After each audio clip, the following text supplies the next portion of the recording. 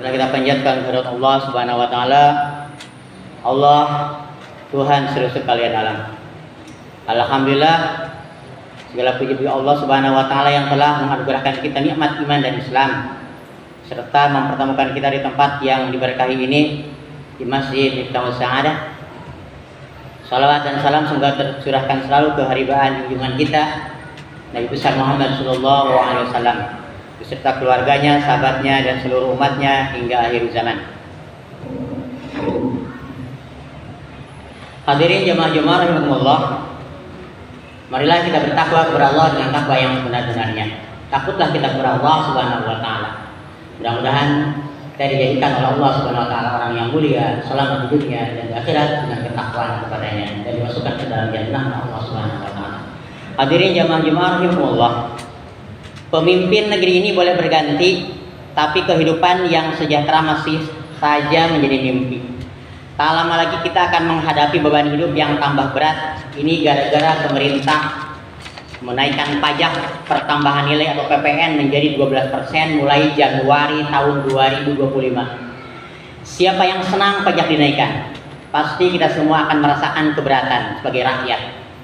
Dalam kondisi ekonomi yang masih berat, kebijakan seperti ini terasa menyesakan. Apalagi saat ini kita merasakan daya beli masyarakat yang sangat rendah. Beli apa-apa mahal, kalaupun barang ada, yang beli tidak ada. Hadirin jamaah-jemaah rahimakumullah, ini semua bukan soal semata siapa yang memimpin negeri ini, tapi ini menyangkut sistem atau aturan yang diterapkan di negeri ini, yakni sistem kapitalisme.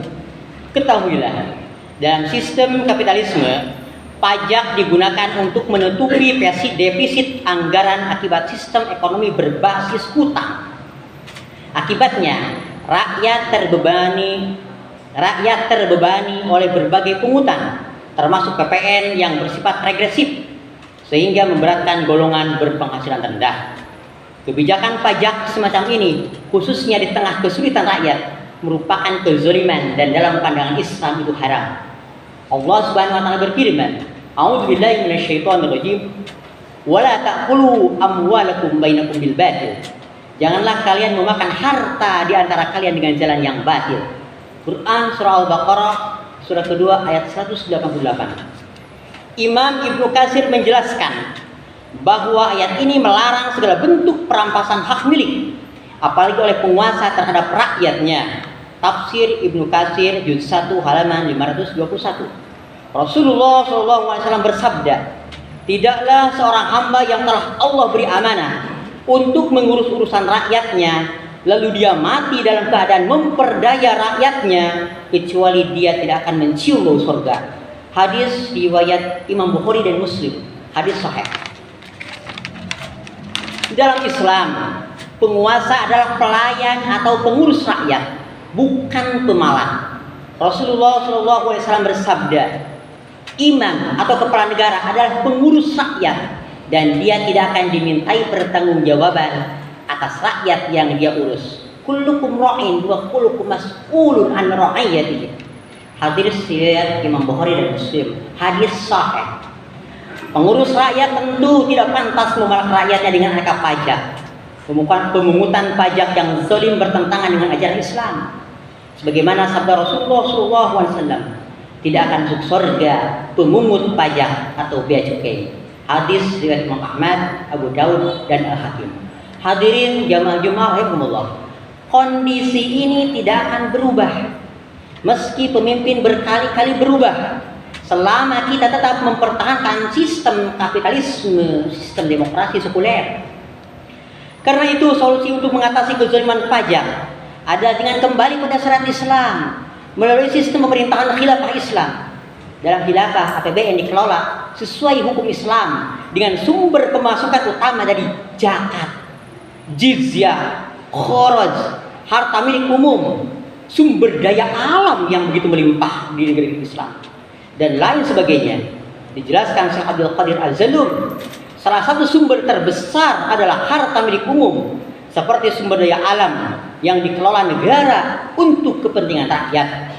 Rasulullah SAW bersabda, An-nasu syuraka'u fi salasin al-ma'i wal kala'i wan nari. Manusia berserikat dalam 3 perkara: air, padang rumput, dan api atau energi. Hadis riwayat Imam Abu Dawud. Contohnya, tambang melimpah yang dikelola negara harus sepenuhnya dimanfaatkan untuk kesejahteraan rakyat dan tidak diserahkan kepada pihak swasta asing maupun asing. Ini wajib negara mengelolanya sesuai dengan amanah Undang-Undang Dasar 1945. Dalam konteks Indonesia, optimalisasi sumber daya alam memberikan potensi besar untuk pendapatan negara. Misalnya batu bara, minyak, gas, emas, tembaga, nikel, dan sektor hutan serta kelautan. Jika dikelola secara efisien, dapat menghasilkan laba bersih, yaitu 5.510 triliun. Ini jauh melampaui kebutuhan APBN yang sekitar 3.000 triliun. Sebagai contoh, batu bara dapat menghasilkan 2.002 triliun, sedangkan kelautan memiliki potensi pendapatan 1.040 triliun.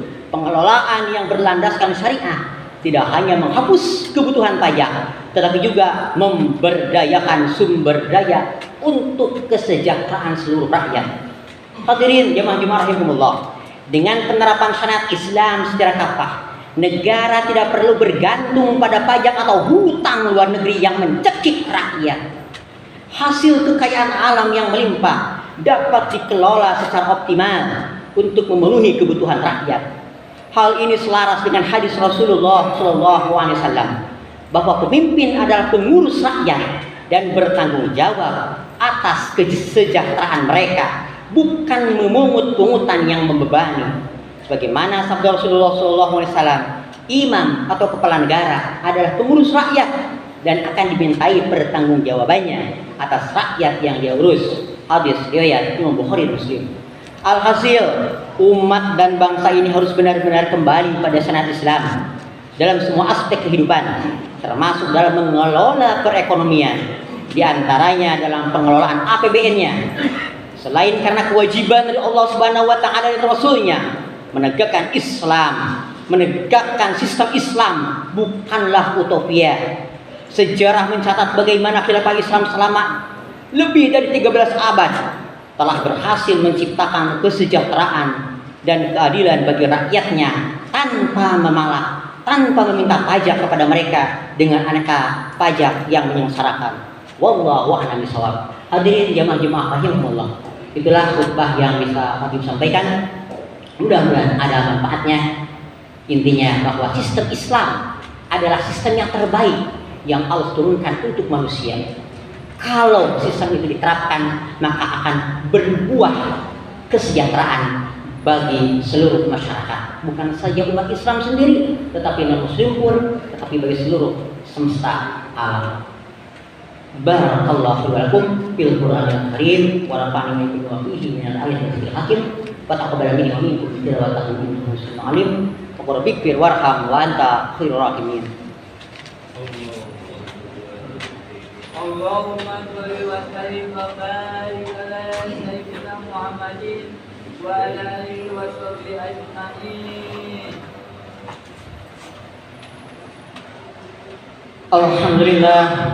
Alhamdulillah nahmaduhu wa nasta'inuhu wa nastaghfiruh wa na'udzu billahi min shururi anfusina wa min sayyiati a'malina. May yahdihillahu fala mudilla lahu wa may yudlil fala hadiya lahu. Asyhadu an la ilaha illallah wahdahu la syarika lahu wa asyhadu anna sayyidina wa nabiyyana Muhammadan abduhu wa rasuluhu la nabiyya ba'dah. Allahumma shalli wa sallim wa barik ala sayyidina Muhammadin wa ala alihi wa sahbihi wa man tabi'ahum bi ihsan ila yaumil amma ba'd. Fa ya ibadallah, usikum wa nafsi bi taqwallahi faqad fazal muttaqun. Wa qala Allah ta'ala fi kitabil karim wa wasdaqul qairin a'udzu billahi samil alim minasy syaithanir rajim.